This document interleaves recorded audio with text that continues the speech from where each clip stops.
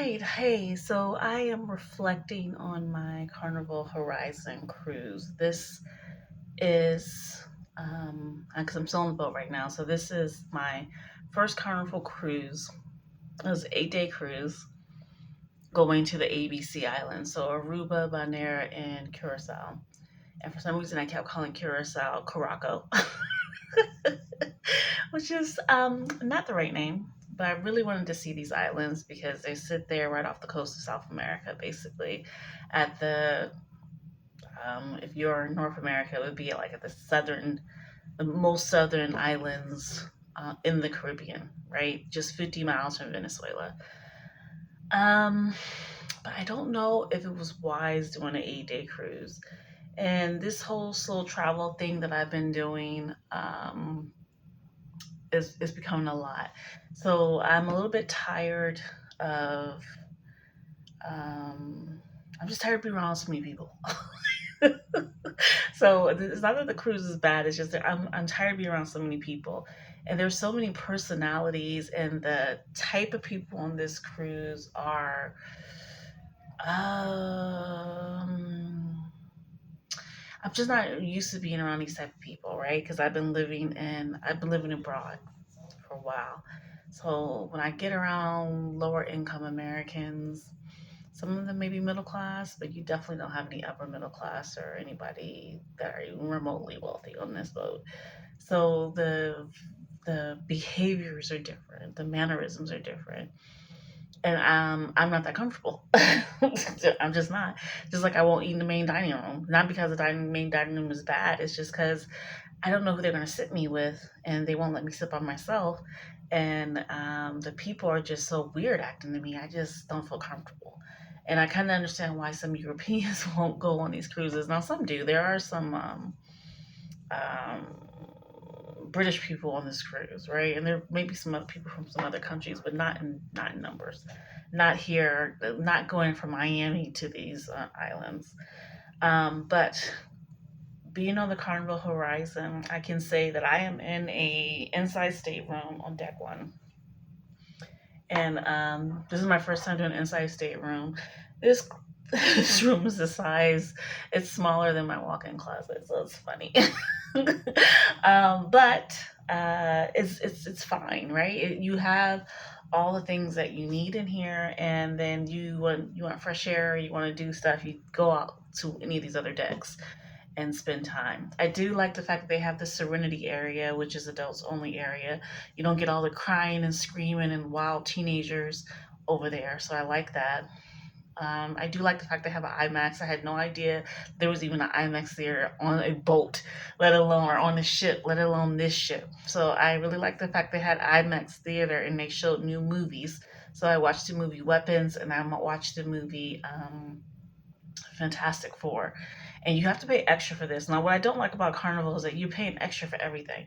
And then they be trying to hustle you for additional tips when every time you buy something, let's say you're buying a drink and you're not on, because I didn't do the drink package. Their drink package is outrageously expensive. And all you get is drinks. It doesn't come with anything else. You don't get any benefits from that drink package. And I am not. I ain't a drunkard, so I don't got time to be drinking all that hard ass liquor and not being able to control myself. And there's a lot of drunk ass people. Okay, that's why when they get to a certain time, I come to my room, honey. I don't be roaming these halls because these people be toe up from the flow up. No, thank you. But with this drink package, when you don't do the drink package, I don't know how it is when you got the drink package, but when you don't do the drink package and you're like basically paying out of pocket, what I did was I did the bar tab. It's not even called bar tab. It's called like cruise cash or something, and bar cash. So I did like $100 on that, and then like another $50. In total, I did $150. I paid for that before I got on the boat. And when I booked the cruise, I got like a $50 onboard credit. So I had $200. And then they took another $200 hold. You know, when you come on the ship, they hold money on Carnival. Like, what the fuck? I mean, that kind of surprised me. I was like, what is this? Why are you holding $200? But it's fine, whatever. So, so they did that. And so every time I buy a drink, mind you, their drinks are sky high. So you buy, I'm mainly a beer drinker. I buy a beer, it comes to $11.80 for one beer, mind you. It already has a charge on there for 18% gratuity. And then they're expecting me to give them an additional tip on top of that. And initially I was doing that. And after the third time, I was like, this is bullshit. Why does it have an 18% gratuity? So I went down to guest services to ask, because I was just like, because they were like, when I was trying to ask the waiters, oh, I don't get a tip you unless you tip me. You have to tip me. And I'm just like, I have to tip you. What kind of shit is this? This is another thing about being back in the US that I don't like. This tipping culture is out of control here. It's god awful. It's bad, bad, bad. So I'm like, okay, what is happening? So the guest services told me, oh well, you automatically are tipping whenever you buy something, because the 18% gratuity is always going to be charged to you. That's the tip. If you decide to pay anything additional, that's your choice, but you don't have to, because the tip's already included in there. I don't like that. I don't like that at all. I feel like the customer service on Carnival is nice. The entertainment is great. I will give them an A for entertainment. The entertainment is great. The shows, no, let me take that back. I'll give them a B for entertainment, because I think like the trivia, the karaoke, the game shows are all great. I think that the actual shows where you supposed to have like a production is just so subpar. And I guess maybe I have a high standard of what these shows should be like, because I love the theater and I am not getting that quality. Didn't get it on Princess, didn't get it on Carnival. I'm assuming it doesn't exist at sea, but I'm just now starting this cruising journey. Will I cruise again? I'm going on Virgin next, so yes, I will be cruising again. But I don't think I'm gonna make the Royal Caribbean cruise, because I'm tired. I'm tired of all this. Like I'm not liking it. I think I'm kind of traveler. I like to fly into places, experience it. Like I'm a tourist, but also like a local. So I like to take a couple days and see it, and get a feel for it. When you cruise, you're literally dipping your toe in, and you're not even really getting a real feel for the country, let alone the food, the drinks, the vibe, the atmosphere. You just don't have enough time in port, And we had some long days in port. So we had Aruba and Bonaire. We were there from like 8:30 a.m. to 9:30 p.m., which I was told that's long, because when we went to Carousel, we were only there from 8 to 4:30. So I don't know.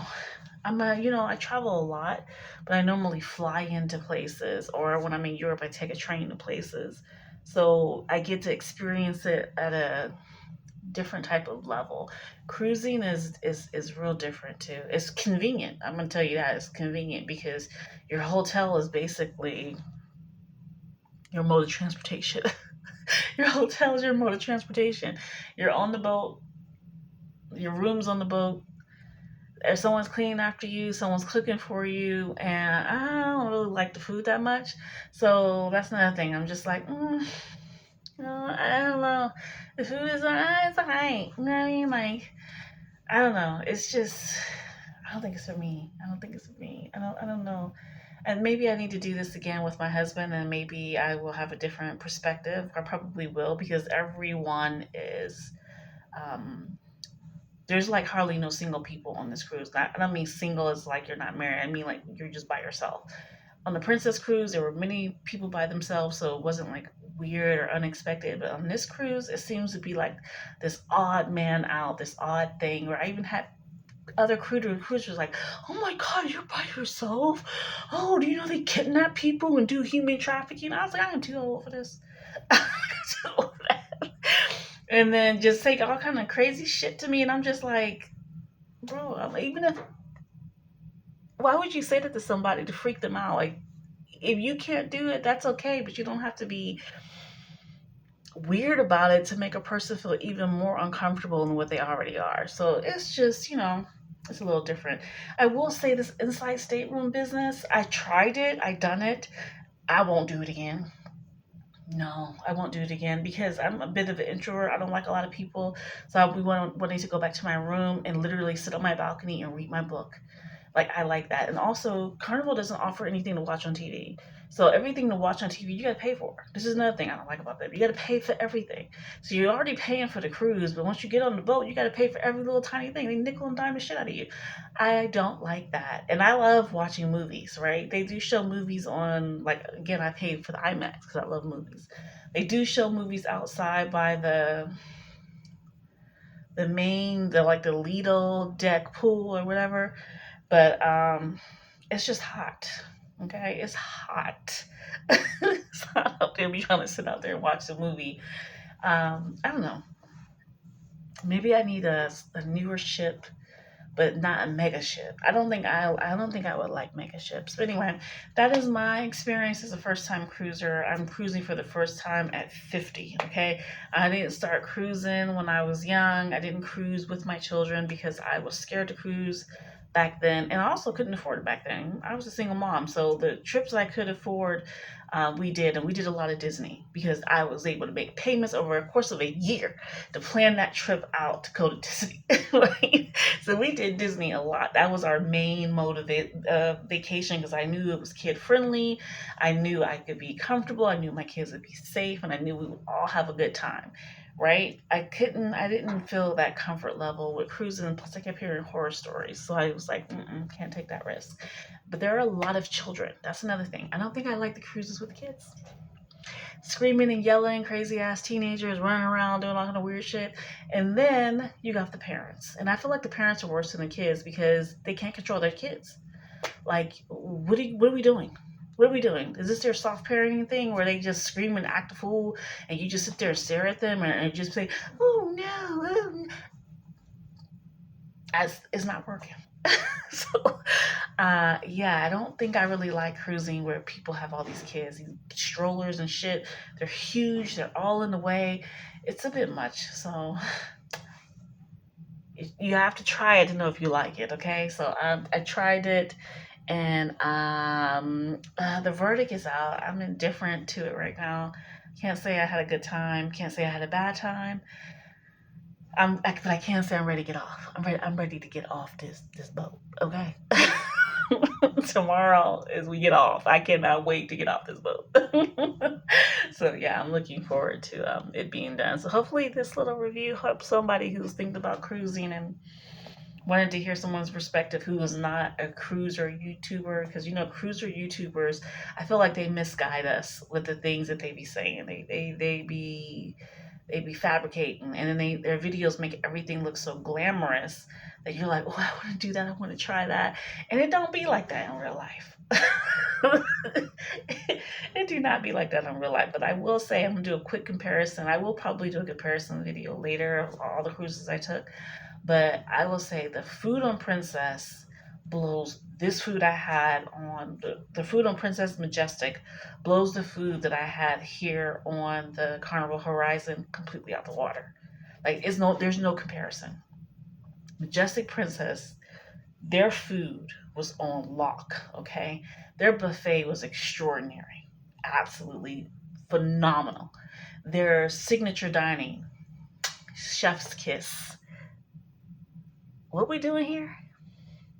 Tacos and burgers. Yeah, we got a steakhouse. We got some like hibachi and sushi. But is it good though? Is it? I don't think so. I don't think so. But anyway, hopefully that helps someone. And I'm gonna have this for my own memories. And yes, I have my wristbands for motion sickness or seasickness, and I got a whole bunch of seasickness medicine. And some of it I got from the doctor because I know, honey, I need that strong stuff. And I have not gotten sick. I mean, I've been sick, but I didn't get to like the point where I was like vomiting or anything. So it was good. All right, that's my recap of the Carnival Horizon that I was on for 8 days, going to Aruba, Bonaire, and Curacao. So if you want to follow me on my different travels, and not any one mode of travel, but different travels that I do, then follow the channel. And don't forget to like and subscribe. Thank you.